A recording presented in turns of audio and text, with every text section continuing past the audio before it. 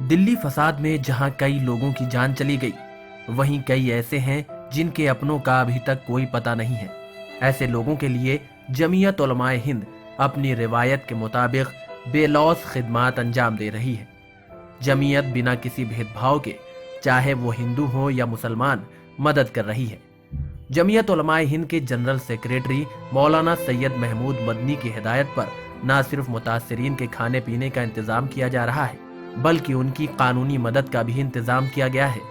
اس کے لیے جمعیت نے لیگل سیل تشکیل دیا ہے، جس کے ذریعے کوئی بھی شخص قانونی مدد لے سکتا ہے۔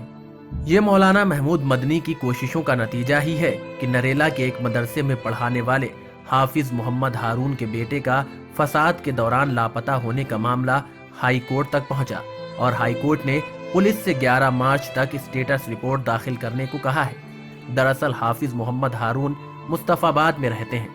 فساد کے دن سے ان کا 18 سال کا بیٹا لاپتہ تھا۔ پولیس اور اسپتال کے چکر کاٹنے کے بعد بھی جب وہ نہیں ملا تو مغموم باپ نے جمعیت سے رابطہ کیا۔ مولانا محمود مدنی کو اس کی اطلاع دی گئی اور انہوں نے فوراً نوٹس لیتے ہوئے عدالت میں عرضی داخل کر دی ہے۔